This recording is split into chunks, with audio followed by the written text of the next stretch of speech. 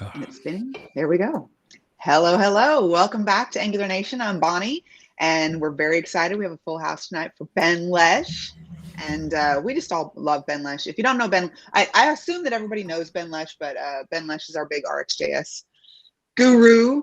And so we invite Ben to just come and hang out with us once in a while and just talk about RxJS. So what we can do, and Ben has, talks that he can do and little demos that he can do, but we're just gonna open it up for questions. I know Ronan was asking questions the other day in the RxJS channel, so I'm sure Ronan would be happy to jump in.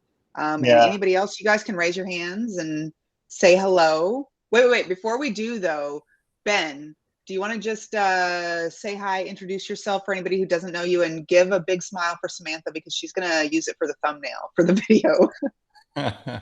All right. As she said, my name is Ben Lesh. I am the lead on the RxJS project. So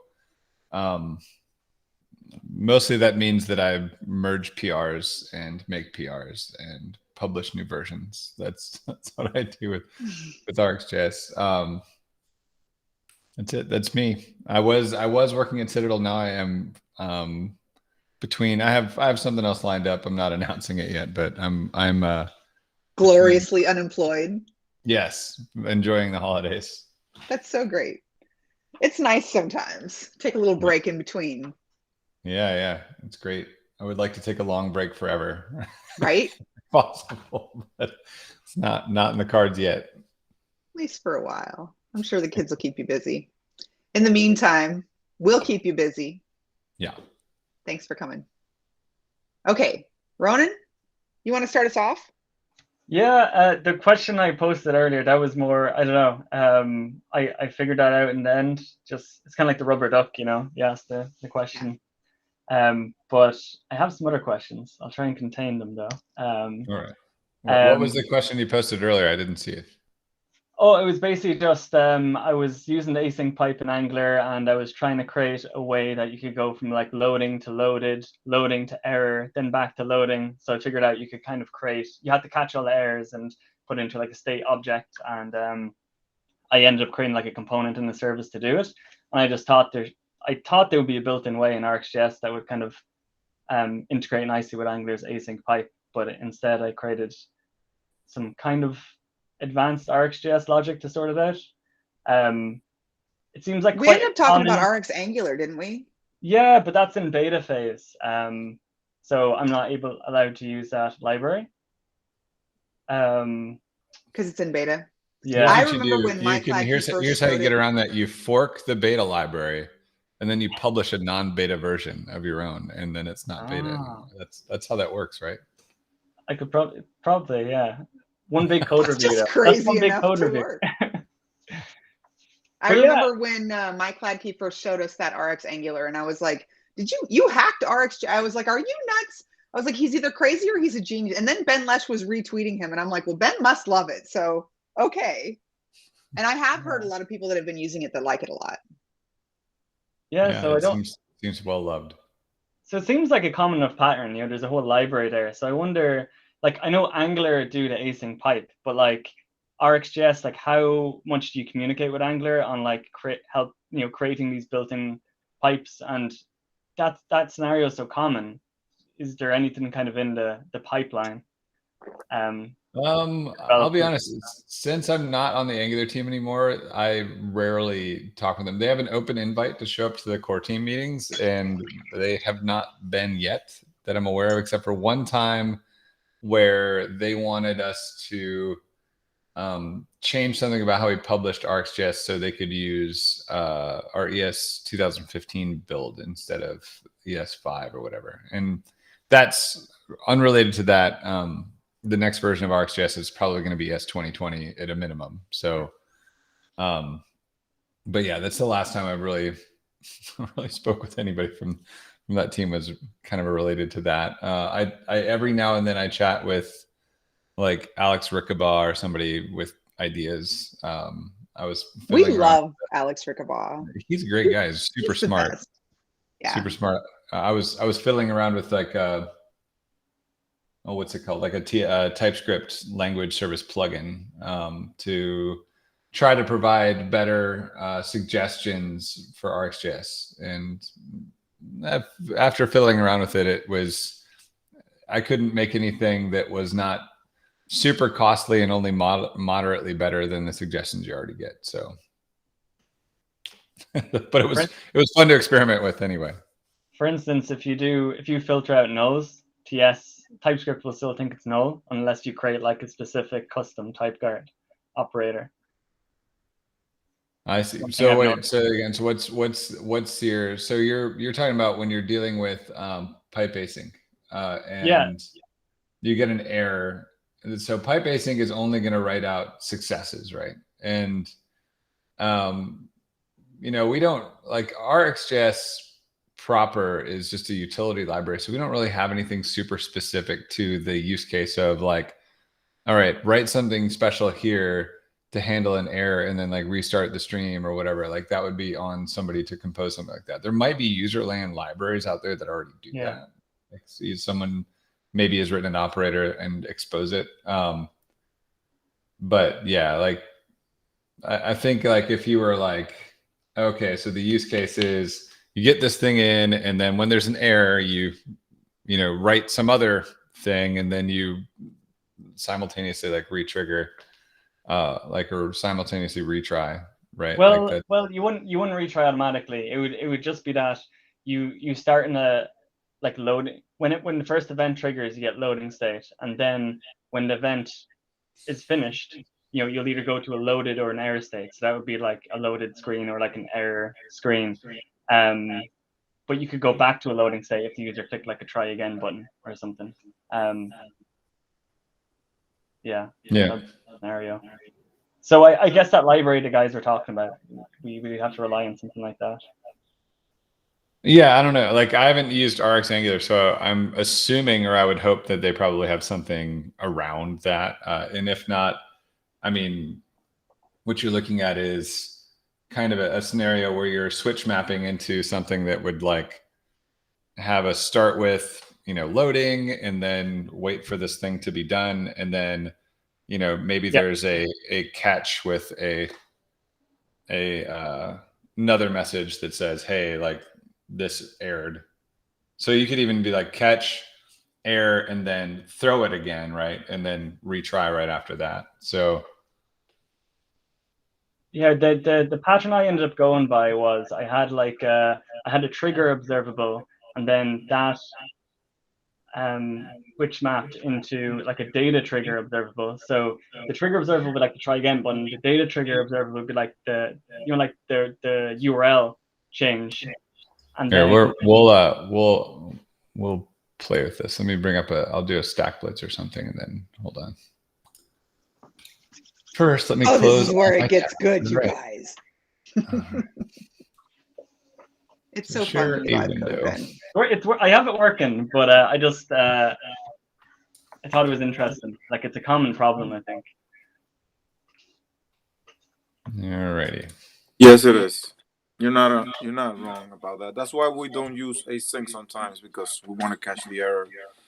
So, all right. So I'm gonna go through. I'm just gonna change all this to be like a button or something. if you can bump up the font, Ben, please. Yeah, sure. Does anyone else have an echo? If you do, it might be me, but just let me know. Like I can put headphones on or something, but It might have been Rob. It's not me. We just like to blame things on Rob. This is directional, so it shouldn't be picking up my monitors at all. But it can sometimes. All right, so this is our load thing, and here's our output. We're gonna put something there, and load button. Like I have this working now, so if other people have questions, I don't want to take up all the time. But I think it's an interesting one. I think Rob's right. I think this is something a lot of people do. And I always like to do like, how can we do it the simplest way, Yeah. what did I call the other one? Output is document get element by ID. Output. So if you think about it, imagine like, I don't know, imagine it's like a stock symbol, right? Is like the thing, is the data that we're listening to. It could be from like a data store. And then that event is going to trigger us to do a HTTP call to get like information about that stock symbol. That's the kind of, I think that's the example I've been going with. Let's see, and we're just gonna, I don't know, our data is gonna be something awesome like new date to string.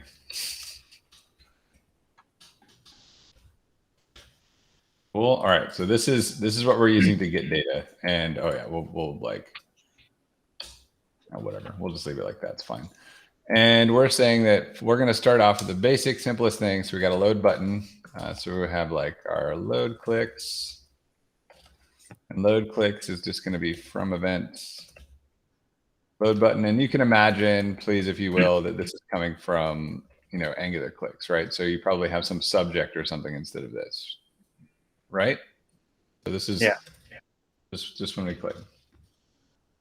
I am very sorry. I'm going to answer a phone call really quick from my daughter and make sure everything's okay. Go ahead.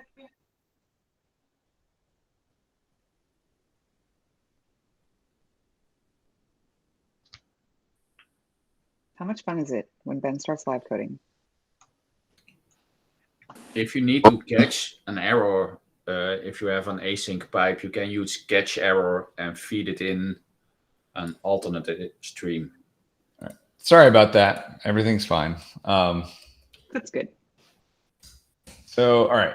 So let's say we've got this and we want to pipe it into like a switch map here, and our switch map is, oh man, look at that. It loaded from the wrong spot. Lame. And then our switch map, we're just taking this and we're saying get data. Time, subscribe, and then console log. So just imagine, if you will, that this is the simplest possible version, Angular agnostic, of this is going to be basically from your subject where you're clicking a button and you're probably nexting into a subject when you click the button. And this is our service.getData call, right? So if I go here and I click this, we should see, oh, yeah, there we go. So, but we want it to have it say loading first. So to make it say loading first, we got to start with. And with our start with, we say loading. So here it's already started with loading. Well, that's probably not exactly right. We want to move this start with to after the get data.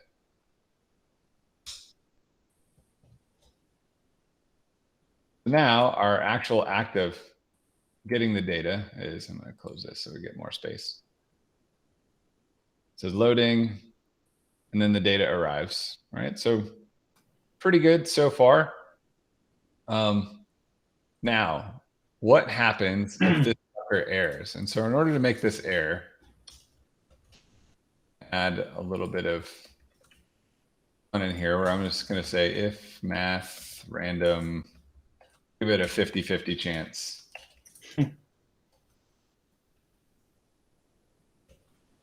Okay. So now when I click it, at the time it worked in here, boom, it's very unhappy. Okay, so we can make this throw an error. What we want to do, we don't want to kill this, obviously, so I'm going to put like a try, you can put like a catch error here. And you'd say catch error, whatever the error is, probably want to log it to, or persist it somewhere. And then normally, if you just want to swallow it, you'd return empty or something, right? Yeah. But if you want to be like, no, there was an error, then you would return some of, there's an error, or like error. Be the message or something. So we go here. That one was okay. That one's all right. So that one, it logged the error and then it said error boom. but it didn't like restart it, right? And what you want to do is you want to be able to restart it. So this isn't quite exactly what you want. And what you can do is you can concat onto this, like, so we want this one to fire, but then we want to throw it. So we can either concat, or we can even do start with or something. I'll do start with, it's because we already have that on there. So we can do throw, here, pipe with, let's see, here,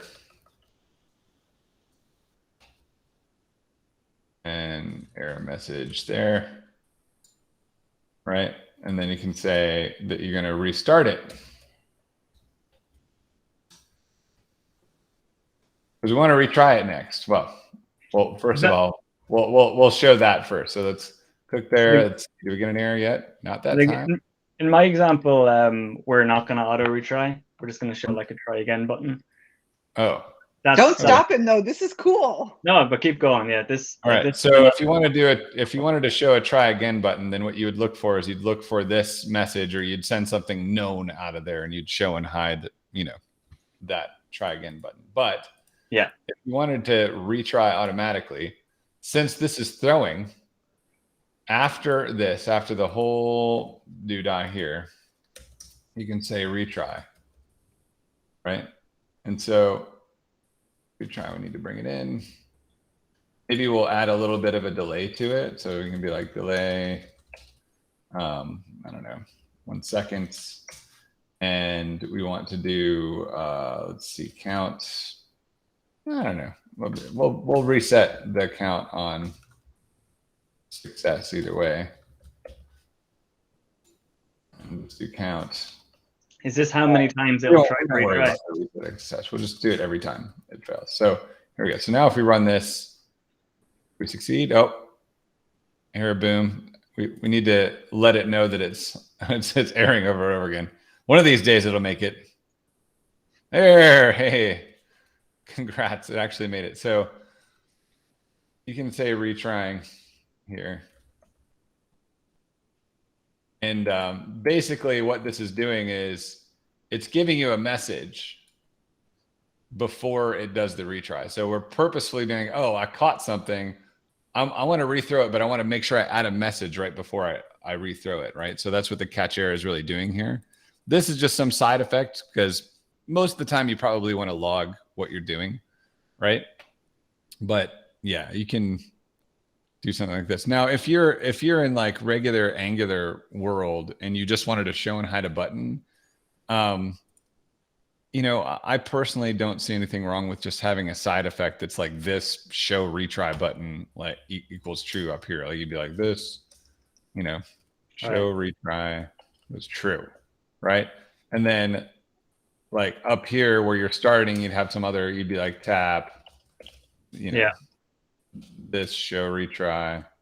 I always kind of struggle with that, because like in RxJS, it feels like you're always trying to just go towards one big stream and avoiding side effects wherever possible. Yes and no. Like you're not wrong. Like if you're using like Rx Angular and you're trying to not have side effects like this, and you make everything a stream, you opt into not using zones, like zoneless or whatever, then you can make your renders a lot more efficient, right? But you know, if you're not having problems with your renders, like, you know, if you're not updating your screen like really fast all the time or anything, then this approach is totally fine. And it might be easier to reason about, right? Like you can go and be like, oh, this only appears when show retry is flipped, you know, true or false. Let me find all the references to show retry. And then you be like, oh, okay, well, after it gets the data, it immediately, you know, does this, like it shows the retry, and if it catches, or I'm sorry, it hides the retry,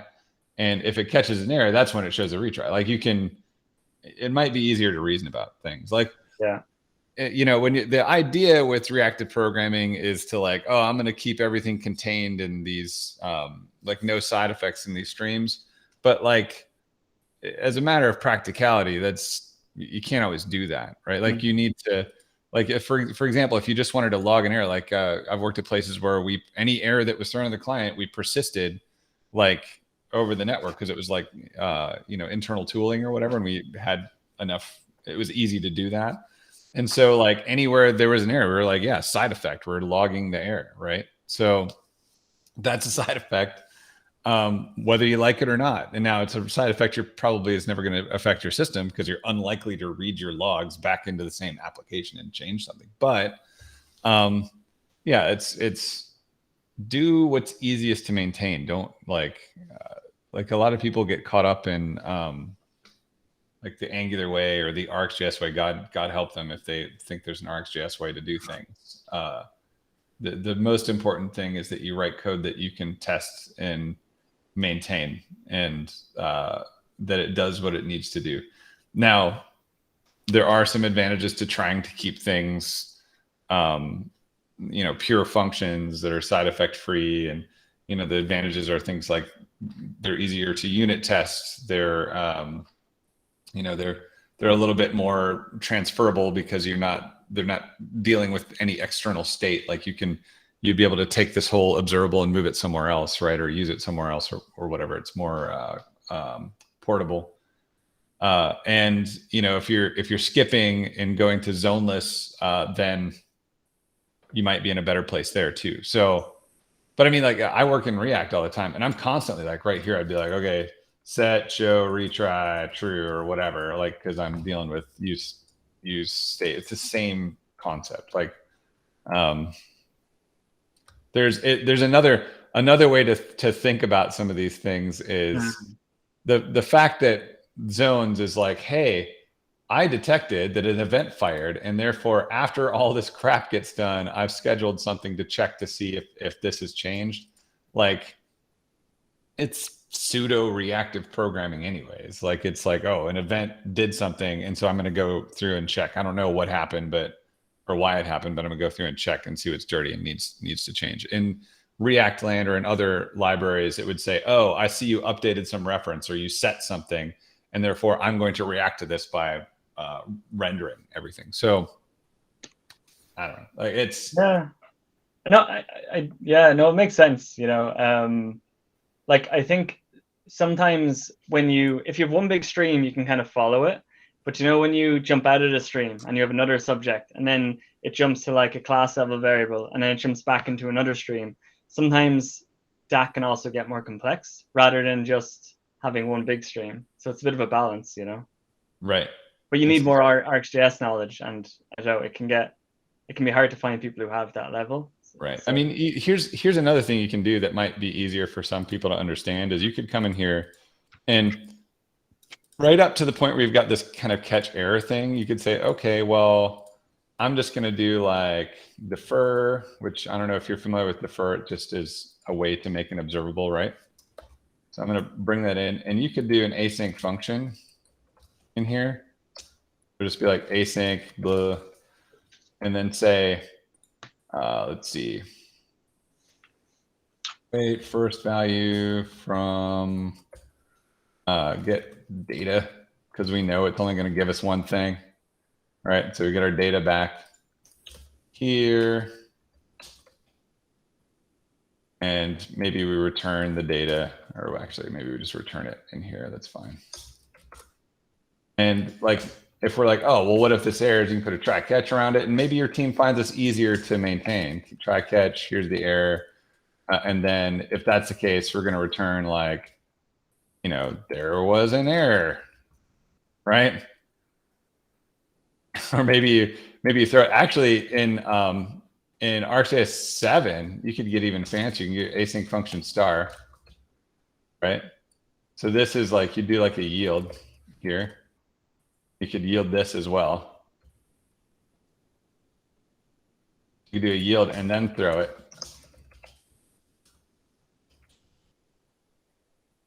That's a thing. Oh, I gotta add this. This is a real thing you could do. And then like your catch error is no longer a problem. You can get rid of this. You wanted to yield right above this, yield loading. Let's see, move this over. So far, we're functionally equivalent. Like there was an error. There's like, this is supposed to be like retrying or whatever. Yeah, I don't think Mike is you're using Angular 8, right? I don't think that you have RxJS 7.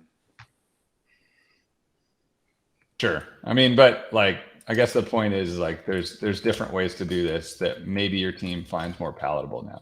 Yeah. So you could totally do that, and this is functionally equivalent here. The only difference is like there's going to be like this brief moment of like, oh wait, I can't cancel this here, but like it totally will cancel before it moves on to here because this is a single step. It's not that big of a deal. So you can 100% do this if you find this easier to read than this stuff down here, and this is pretty much the same thing. And we're using it. This is an async generator. And what this results in is basically an observable that emits this, then waits and emits this. And then if there's a problem, it will emit this and then throw this, right? Like, so there's interesting things you can do in RxJS 7 with this, with async iterables or async generators, which funny enough aren't super useful outside of RxJS, but yeah, you can do some interesting stuff like that once you update. So in order to make this a global item, what we have to do interceptors, HTTP interceptors, then put it in there. So with HTTP, I haven't written any interceptors in a while. My understanding is what do? Do they give you like an observable of requests, and then you respond with an observable of requests? Is that right? I believe so. Yeah. Like a middleware type thing. Yes. So if you wanted to do that, well, you would in there, and not the request, it would be the response, right? You'd have to get the observable of responses and examine them. So you would do something like, oh, for every single one of these responses come back, check to see if it's an error. If it's an error, then handle it appropriately. Like say, hey, I'm about to do this. Like you could in theory, well, I don't know. Actually, I don't know if interceptors, maybe Sander's probably a better person to ask this. Like, Sander, do you know if an interceptor can, when you intercept a response, can you restart the request? Yes. Is the request in the response? The request is not in the response, but you can do a retry of your request. I see. So in your interceptor, you can intercept both the request and the response. So if you need to do a retry, you can basically save the request to reuse later on. Oh, I see. That makes sense. Yeah. So it sounds like, yeah, you could put this sort of logic in there, like the same exact sort of thing, only it would be, that it's instead of retrying this way, it seems like you would resubmit the request, right? Yes, or you just take the request and put a retry on it or something like that. Right. There are different ways to doing it. The simple way is just to do it again. I'm hopeful that this might not even be feasible, but I'm hopeful that under new leadership, the Angular team can work with us on like unifying an Ajax implementation for RxJS, because RxJS has one and it's actually pretty full featured, but there's no interceptors, right? Yeah. So it basically does everything that Axios does, for example, for the most part, except for it doesn't do server-side rendering stuff. So that would be something we'd want to consider. But it also does the whole like streaming updates or streaming uploads and streaming downloads stuff now. And it's been fixed quite a bit in version 7. But the big thing is, if you're already using RxJS, it only costs 3 kilobytes. Like, it's super lightweight. And so it would be awesome if that is way more lightweight than Angular HTTP. Oh yeah, it's massively more lightweight than Angular HTTP. So like, it'd be really great if we got that to where it had feature parity, and then everyone could kind of standardize on that, because it's not. The only thing about it is it's not injectable and all these other things. Like, there would probably still need to be some sort of Angular wrapper around it, but at least there'd be a unified API, right? So, I mean, you can use it right now in Angular if you so chose. It's just in order to mock it, you would have to use like Jest or something else instead, right? Like which is fine. It's just different. So Was Igor not a fan of it? No. You know, it's I don't even think it was that so much as it was that Ivy was just this all-consuming thing that everyone was working on, right? And HTTP was kind of a solved problem, and so you don't want to circle back to things that are a solved problem.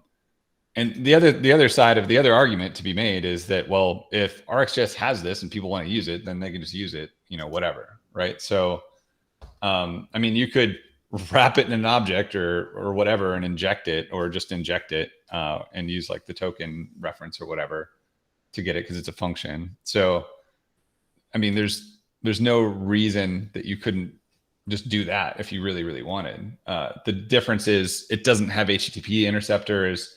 Angular Universal would probably choke all over it because it doesn't have like the backend provider or whatever, however they implemented like a provider pattern or whatever for the actual HTTP side of it. I just walked around this thing, so yeah, it can be done even with that.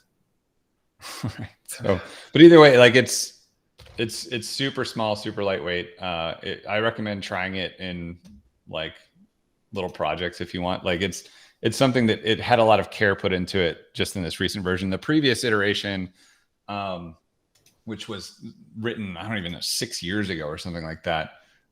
There was a lot of, I think, superstition and weirdness put into there that was based off of superstition and weirdness that came out of like the jQuery implementation of Ajax, right? So, and when I say superstition, really that roots back to like, we're supporting Netscape Navigator, whatever, right? So there's like these really weird things that were built into it, and now we're moving to a world where, you know, we support on that. I think it supports like Internet Explorer 11 right now, and next version won't support Internet Explorer at all, and then everything's kind of unified. And you know, especially with that API is kind of already set in stone because fetch is the new hotness, which we also have a wrapper around that. But yeah.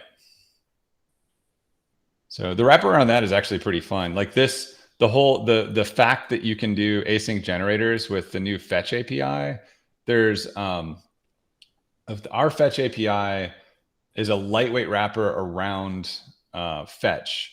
And it's done so as such to make sure that cancellation works well with fetch cancellation, which is tricky because you can send out, there's this weird thing where you can send out a fetch request and get a response back, and you have an abort controller in native land. And then you have the response back, and before you even use the response, or maybe while you're reading the body of the response, somebody aborts it.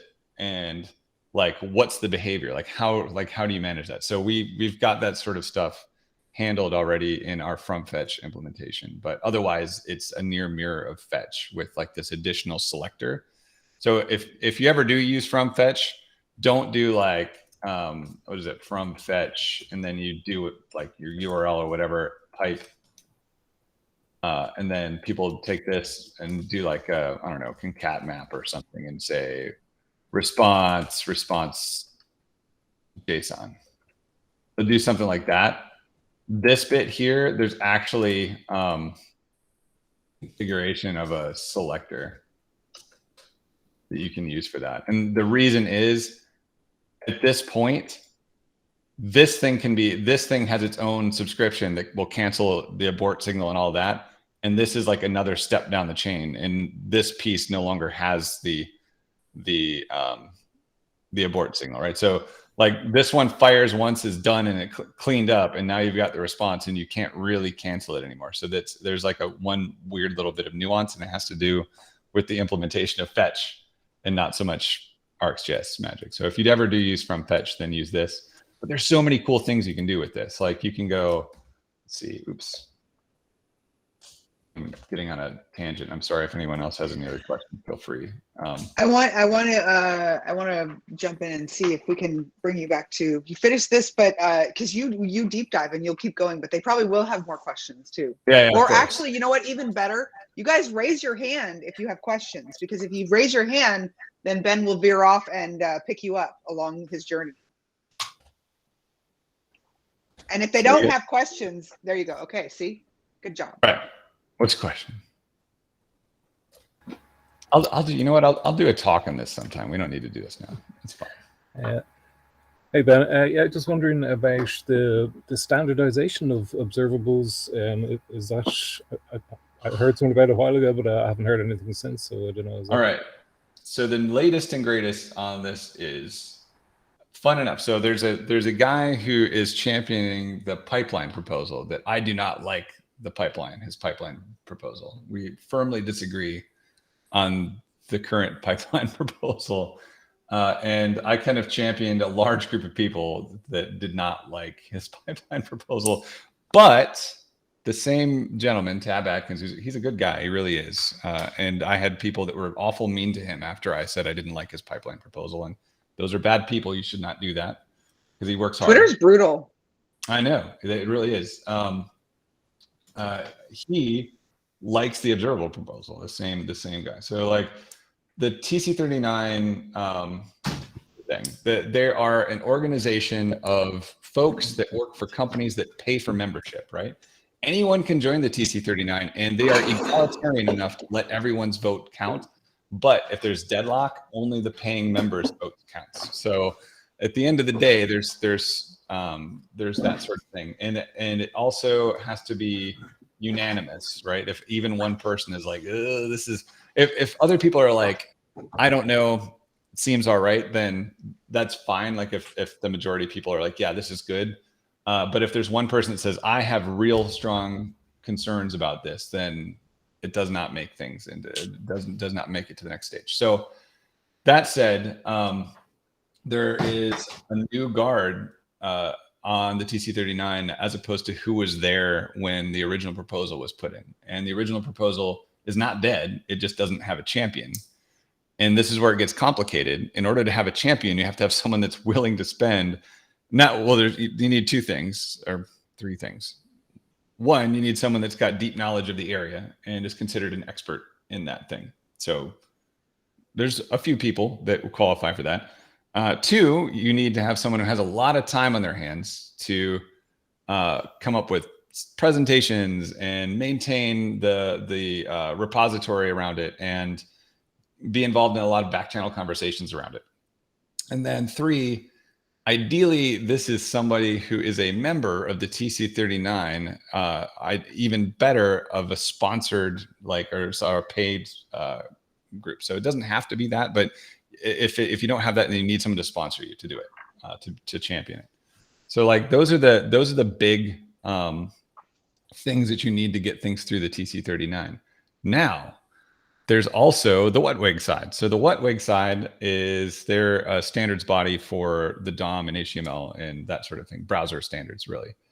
And WhatWig, the Chrome team, when I was at Google, they wanted to get observable standardized as part of event target. So event target's anything with add event listener, remove event listener, dispatch event, right? Those groups of things.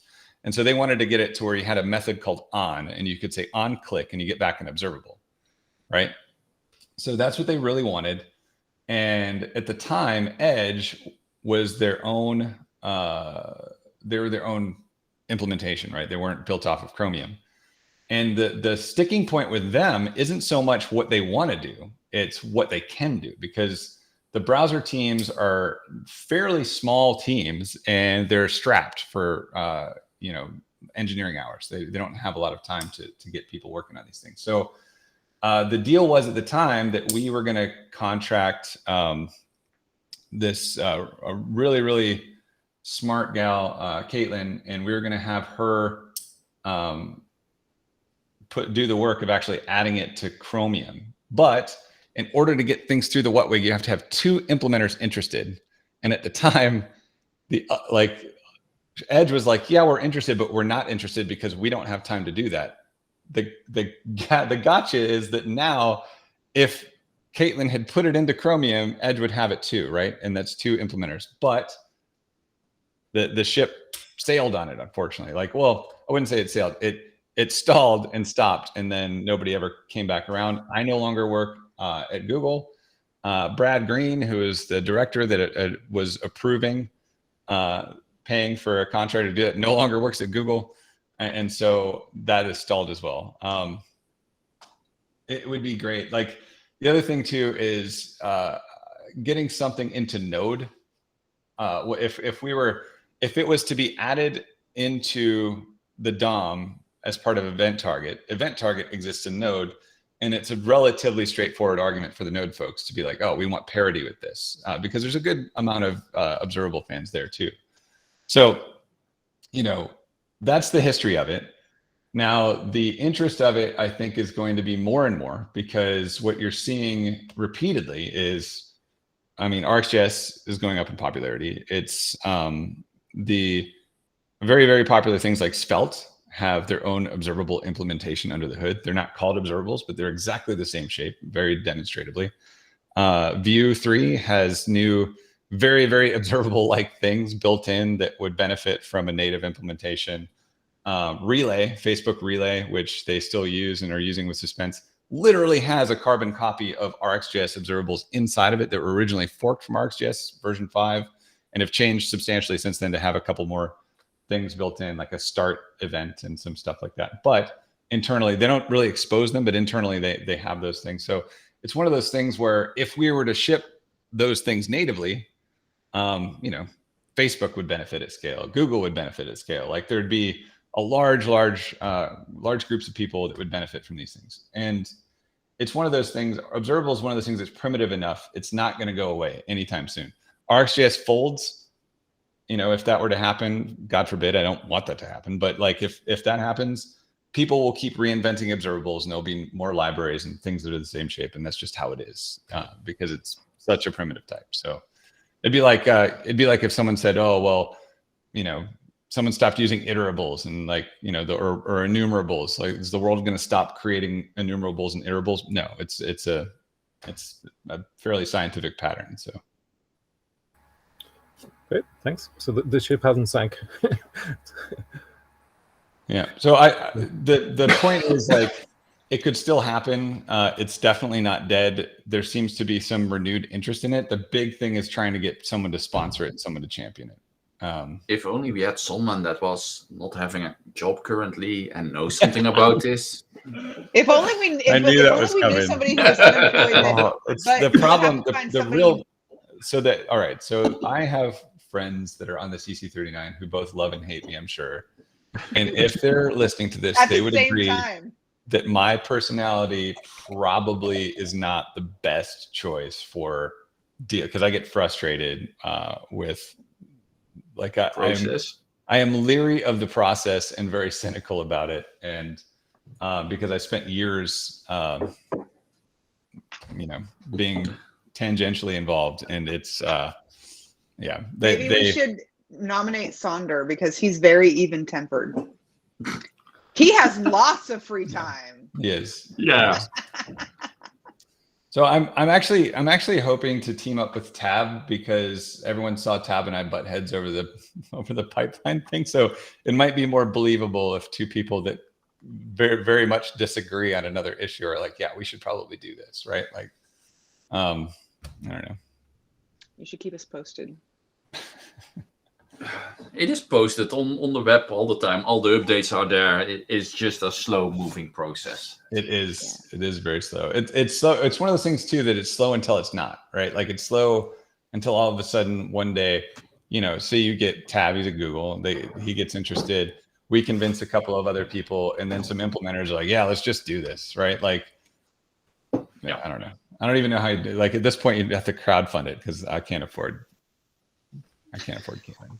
Can I jump in here, because we are and we can keep talking about RxJS. Like, I'm not going to stop y'all because I love RxJS, but we do have people coming in for the Friday Social in about 15 minutes, and you guys can go on and on, and it's a cool conversation. But I want to allow a space, because there are a few people in the call who haven't had a chance to jump in, and I also want to mention that even though this is Ben Lesh, it is absolutely okay to ask beginner questions as well, or you can, even if you're still just kind of learning RxJS, or if you don't feel like a big expert, it's absolutely acceptable to ask like super basic questions, because there are other people in here who probably don't know all of the ins and outs. So I just wanted to throw that out there in case anybody else has questions for Ben Lesh. They don't have to be super advanced questions, because you can also ask basic stuff and he can explain that too. You could be the next maintainer of RxJS. How would we know unless you ask some questions? So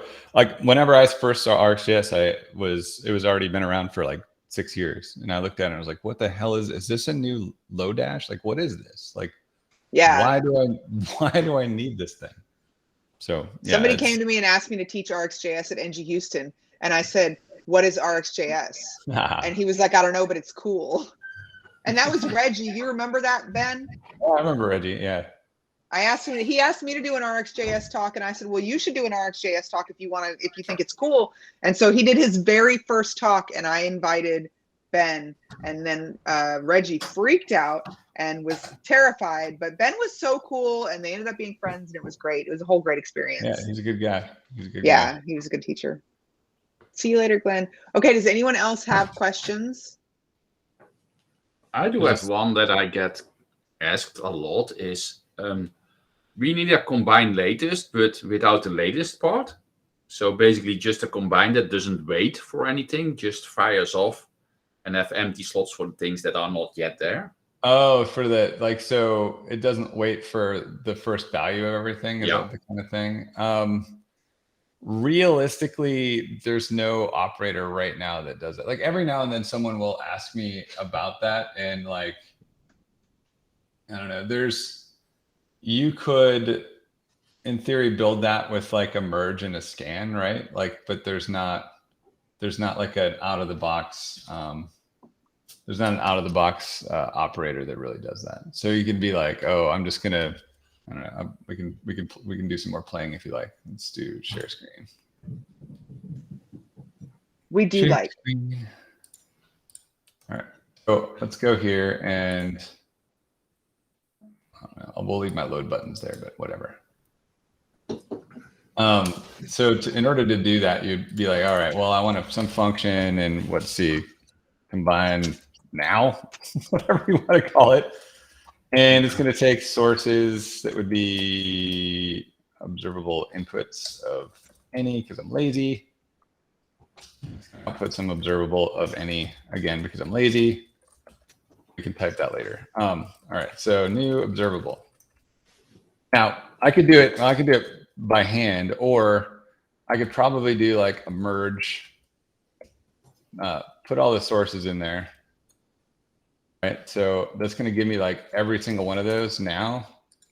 Then what? We're going to have to map them in some way. Yeah, you need to map them because you need to have the position. Yeah, that's right. So we're going to, that's right. We're going to have to map these this way. So we're going to need to know the position and what. This is just going to be like, here's the source, here's the index, and well, might as well not be that lazy. And we'll map it to source and index. And what's this complaining about now? No overload matches this call. Yeah, I don't really care. That's great. Ah, in your face, TypeScript. All right, so now we're there. I mean, I'm in a hurry. That's why I'm doing that. All right, so now we're there, and we're going to use scan. Let's see. Operators. Could you explain scan briefly? I can never understand it. All right. So scan is exactly like, you ever use reduce in an array? Yeah. If you didn't reduce and you're just like, oh, okay, well, let's do this, and then define a function to every value, and it like sums it up or something. Yeah. So this is gonna give you the end result, but like, you know. So hold on, let's console that, and let's also so there you got 6. Now imagine that if you did this and you did the same thing with scan, which isn't a real thing, we're not going to implement it right now. Instead of doing 6, it would output, let's see, 1, an actual array, it would be 1 and then what, 3 and then 6, right? So it just outputs each intermediary step instead of the final result. Does that make sense? So that's what scan does, only it does it with observables. So it's the same thing as reduce, it just outputs the intermediate step every single time. All right, so they should implement that in arrays. That'd be kind of neat. Well, I mean, technically you can do that with reduce, but with an array anyways. All right, so with our scan, we're going to have like all of our, we'll call it current values. And we also have our, well, let's see, we're going to have to use, oh my God, do we have to use merge scan to do this? Because we have a source, right? That's not exactly right. All right, right. This is why.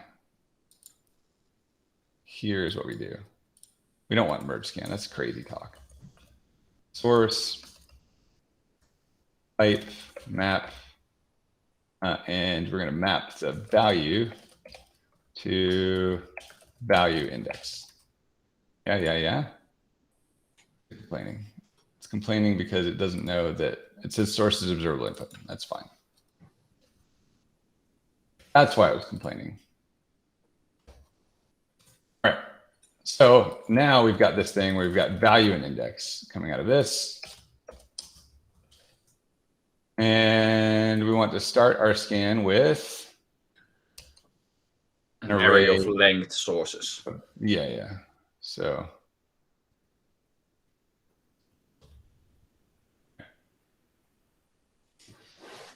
and what we're just going to do is every single time this comes through, we'll say, let's see, current values index equals value, and then return current values. And we just kind of keep that going. So now we've got this combined now. And let's see how it goes. Let's see, combine now, and we'll give it, let's see, an interval once a second, or once every second. Map,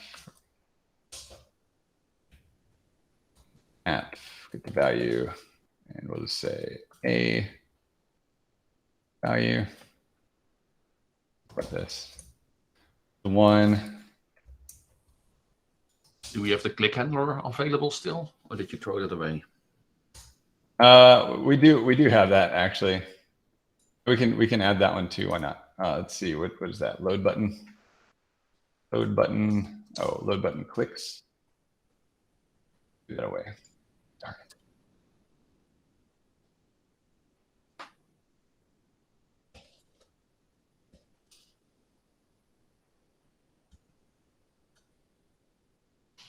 Yep.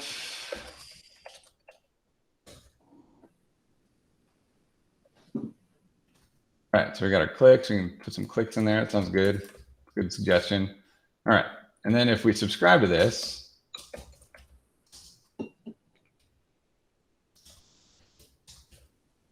let's take the whatever the data is, and we'll just say output content equals stringify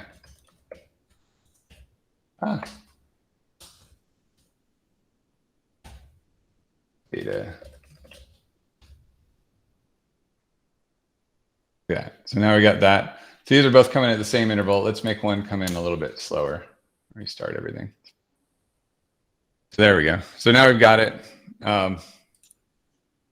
So it's happier. This is really interesting, actually, because I actually was wondering about this issue. I didn't actually need this solution, but this would be really good if, say, you had like 2 different trigger sources and you needed to prioritize that the first one always takes precedence if it exists, but it might not exist. This would be perfect for it. Yeah, so this is totally a way to implement it with existing stuff. You could probably almost as easily implement it with new observable though. If I'm honest, it's just a matter of keeping an array there and updating it and outputting it over and over again. You have to be a little careful because I'm outputting the same array instance every single time, right? Like if I wanted this to be, you know, quote unquote safer, you could, you know, array from or something there, and then you get a new one every single time. But So that way you can't like accidentally mutate it elsewhere and reach into this and change the value of it. But this is a hair faster than doing like some people do, like, you know, something like that. Like this is just quicker because it'll be like, oh, it's an array. So I know what to do. So yeah, there you go. Let's combine now. Let's just merge it into the library, right? Yeah, just merge it into RxJS. Right. What's one more operator to maintain, or one more creation function? But yeah. So, and then you might have other features like, what if you want to handle an object, or, you know? I think handling an object would be the same as combine latest. Yeah. Basically, you start with an object instead of the new array. It's the same thing. Right. Yeah. You just be like, you map this to like object entries, and then it would. Yeah. Same basic idea. Sander, you just created your own RxJS operator. I've created this before that also takes defaults and also takes things that are not observables. Super cool. I called it a model from.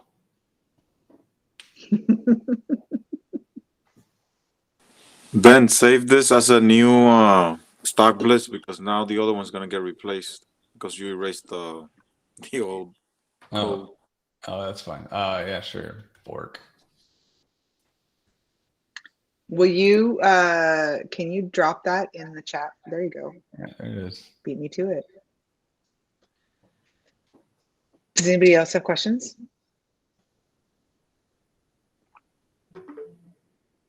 Yeah.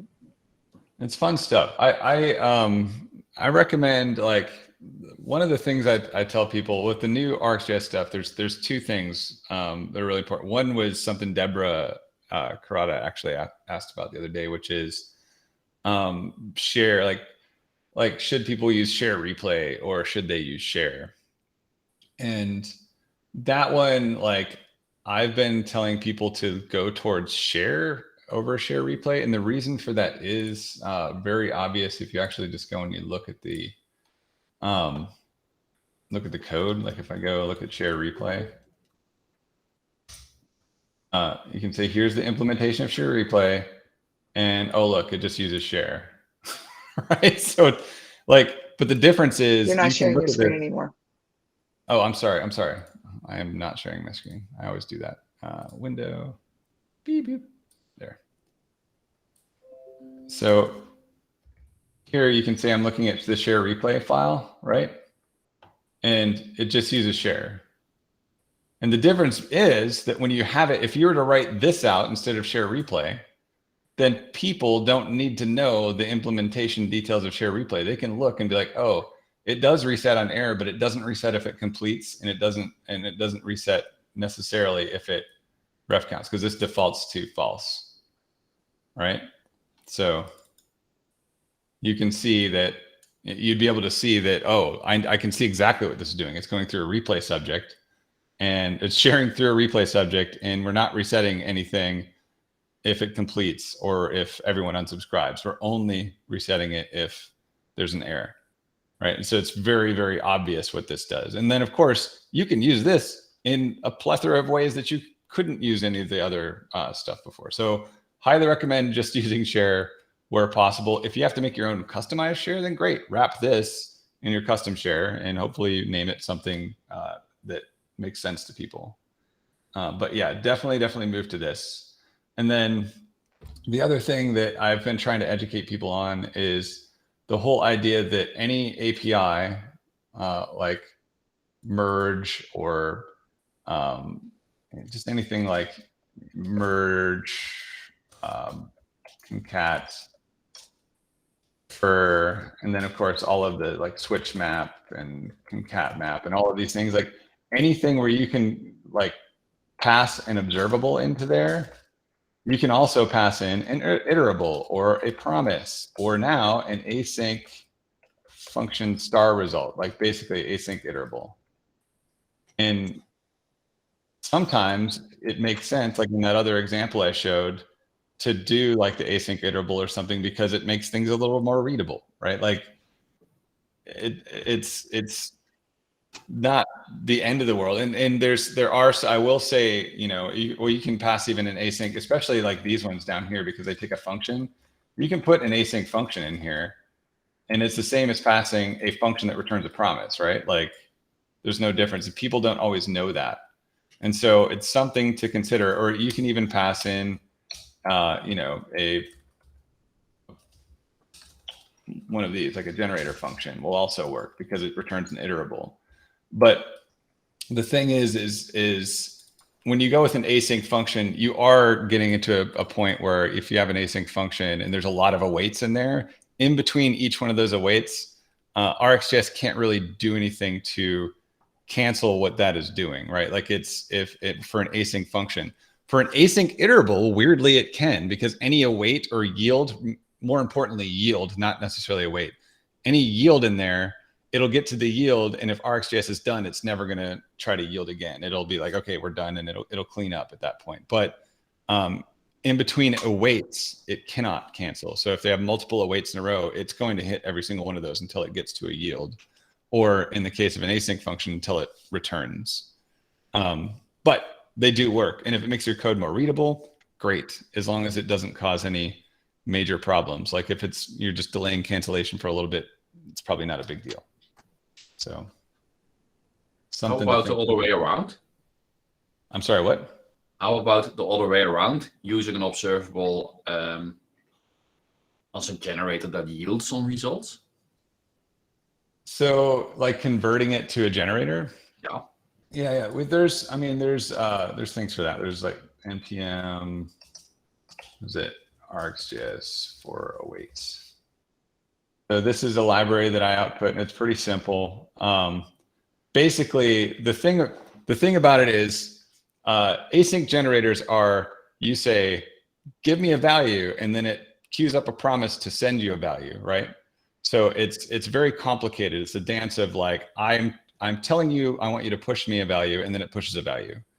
And RxJS is observables, which it only pushes values. So there's 4 different ways to convert an observable to an async iterable. And the reason for that is if you have a 4 await here, and say I have 17 other awaits inside of this thing, or even one other await that takes a long time, it won't ask for another one until it comes right back up to the top of the for loop, or until the next time you next off of that async generator, right? So the observable could have pushed, 100 times between now and then. And what do you do with those values? And so the strategy is this one's lossless, where it basically buffers all of those values and ensures that you get each one in order, right? Sort of concat mapping them together, if you will. Each value from this one is buffered values from. So this one builds up the buffer, and when you get back up to the top, gives you the whole buffer as an array, like right now, so you can process it instead of having to go through each one.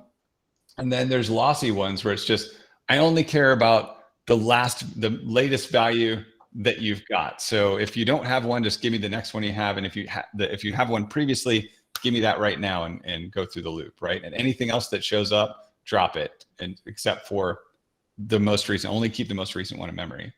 This one is keep nothing in memory. I only care about the next one that arrives, right? So there's all 4 strategies. There's probably some other ones you could get really complicated with, but these are the basic ones. Most people would assume this behavior, it's the most reliable, right? These other ones are just kind of nice to have. I tried to get this as a default in RxJS. So you could easily have observable implement symbol.async iterator and kind of return this thing. But it's not obvious the gotchas here, right? The gotcha is that if the observable pushes values faster than you can process them, you have a memory bloat. It's going to leak memory, right? But you have that same gotcha with concat map, arguably, right? If you have an observable that produces values faster than the concat map can process them, you're going to get a memory bloat. So maybe it's not a big issue, but that was the objection from the rest of the core team to adding that behavior. So that to add that behavior, it would look like, pulling it in, and it would just be like observable prototype. Let's see. Symbol async iterator. And then you would return, what is it? What did I call that thing again? Each value from, yeah. My dog's barking. Right, so that's pretty much the same as this. And then after that, you'd be able to say for awaits const value from, some, or of rather, some observable, right? And that would just work after this was added. So, clearly the other side about this is pseudo non-cancelable. You can cancel it this way, right? Like that'll break the loop and subscription ends. So there are interesting things about that, but yeah, handing this out, like you might be able to hand off like some other reference to something and be like, if reference cancel and break the loop, right? Like you can do something like that, or even if just have some Boolean that you handed off to somebody. But yeah, so this was proposed. It might still land in the future. The rest of the core team was very concerned about people not understanding the buffering aspect of that or the behavior. Yeah, but it exists in concat so. We have more questions too. You can create memory leaks very easily, even without RxJS. I'm really good at it, in fact. Yeah, me too. Okay, I want to jump in and welcome everyone who joined us for the Friday Social. We were in the Expert Live Events channel, and we were hanging out with Ben Lesh, asking all kinds of RxJS questions. And we brought Ben Lesh with us to the Friday Social. So I just wanted to jump in. Yeah, cheers. Happy Friday, everybody. I normally would have a drink, but I don't have Samantha here to bring me a drink. Samantha's over there, so that's okay. It's noon here, but I'm not working, so there's that. So you can have a beer just too, got home Ben. from school too, because they had an early release date. It's the last day before the holiday season. So Cool. Well, then you probably shouldn't be driving if you're going to go get the kids, or drinking. You should be driving. So for those bus of you driver who for just, that. Yeah. Oh yeah. Well, there you go then. Does anybody who joined for the Friday Social want to ask questions about RxJS? Anybody got questions for Ben? Go ahead, Neek. Neek and Sam. Lord help us. Hi, I'm Neek. I have a question for Ben Lesh. Ben Lesh, what would it take for you and I to do a singing, dancing, rapping collab with Val? What do y'all say? Oh my gosh. Plus Azaria, we need Azaria. I think he's here, but we need Ben Lesh and RxJS. Yeah, we got Val. How about it? Val's here.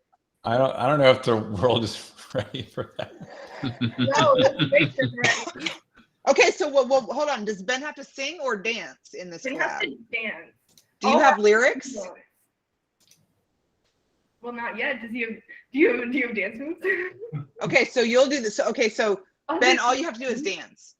I'll do the rapping. You do the It was probably better when I was singing, but yeah, I don't know. Hey man, if you rap, I'll dance. We can switch. But I think we should do a collab, and I think we should make a rapping video about RxJS and all of the common misconceptions and all of the common mistakes that people make with RxJS from your point of view. That sounds. I am happy to collaborate on the writing of said thing. I'll think about the singing and dancing, but yeah, I'm happy to. All right, you know, that's a Sure. deal. You can do a cameo. You can just do like Samantha. 1% of the song. What up? This is going to be a very long thing if Ben is going to ventilate all the things he thinks people are doing wrong with Right. RxJS. We need a rap that goes over every operator, like knowledge coalescing. It'll be a like 100 series. operators. Heck yeah. Yeah, I don't think all the operators, but maybe the most common ones, because I don't think everybody uses the full power RxJS anyway. So Yeah. There's a few in there like pairwise, like no, it's not a lot. Have of you people guys seen that cucumber water rap? Y'all know what I'm talking about? cucumber water? No. Cucumber. I'm gonna find it. It's on YouTube somewhere. It's amazing, and I think that's what you guys should do. The Cucumber song. It's gonna be the RxJS song in the style of the Cucumber song. I would like that, but I don't think I can make that voice. I think we're gonna need somebody else's help. Okay, I can. Can I? I'm gonna do this. I'm gonna show you guys what I'm. It's very short, and Ben, I really want you to see this, the Cucumber song, because this is what we're gonna turn into the RxJS. Oh boy. It's gonna be great. Hold on. Let me see. It's gonna be great. Just stay with me. Here we go. You see this?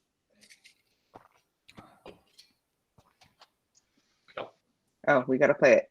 The cucumber, or as they call it in Jamaica, Just imagine like the RxJS with this guy. I love this guy. cucumber. Yeah. Cucumber. Vitamins, minerals, very high number. Silica, hair and nails get longer. Other vitamins make your bones them stronger. Anti-wrinkle make you look younger. 95% water. Kidney cleanser, great hydrator. Detox, fiber, good regulator. Give your body good things. Don't be a traitor. Get the cucumber, cut it in a slice. Put it in a jug of water overnight. You know what you get for a fraction of the price? Energy drink full of electrolyte. Roaring salad is one of the use. How many views does this guy have? Another surprise with a slice of lot. the rice, take away the dryness, Like- revitalize. Oh yes. I'll- One thing I have left. I'll listen to this guy cucumber. rap about pretty much anything, I think. I mean, I would do that, but I would strongly be again. I would not try to fake a Jamaican accent. He has 4.5 million views. You can Don't you do it. want You can do cucumbers it now? slow. You can do it slow, Ben, and then Sam can speed it up to make it sound like a rap, right? You can collab with Samantha because all you have to do is just like focus on the most common questions, the most common misconceptions, anti-patterns, and then just give it to her and she'll make it cool Right. somehow.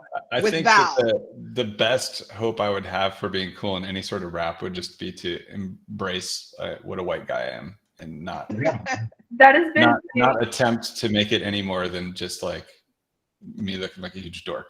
Yes. Val, the dorkiness for sure. Val, are you here? Yes, I'm here. I'm Can just you- waiting. Yeah, very well. Can you just give Sam a little tiny beatbox and show Ben how this comes together? Okay, Oh, God. perfectly. I'll Here we plan to go. do that. Everybody's being put on the spot now.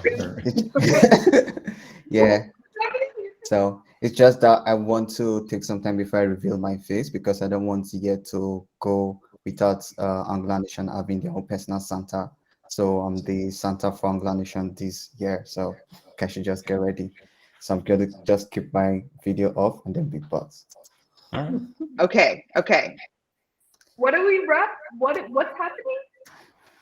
Can I have a Maybe. guess on it? Oh, You yeah. can just do like your little song, your Angular Nation song if you want to. Do you want me to Do a rap trying to convince Ben to do the rap. Okay, maybe I should give you a sound. Will you be able to just jump in with, I mean, Yeah, we need to impress Ben. So no pressure, Sam.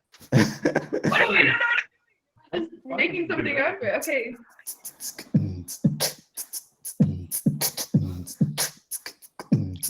Then rap with me. Then you'll see we'll be cool in a criminal spoiler. What? Oh yeah. yeah. That not only that was amazing on both counts, but the beatboxing I was not expecting. See? Right? That was This really is good. how- Not only is that good, but you must have a nice microphone set up to get that like. The Yeah. funny thing is that my mic is not currently connected. Okay, I think my headphones mic. Okay, maybe. Oh my God! I kind of wish I brought my friend Ken Wheeler on here. He would have like started. I don't know if he, like Ken's more in the React community, I think, but I don't know if anyone sees him on Twitter. He's a We character. see him. We see He's a him. character. Yeah, he's a character, and he legitimately is somebody that like he cranks out music all the time. Like he Like he'll just be on his phone and he'll crank out music. It's nuts. And he'll come up with like these rhymes and stuff.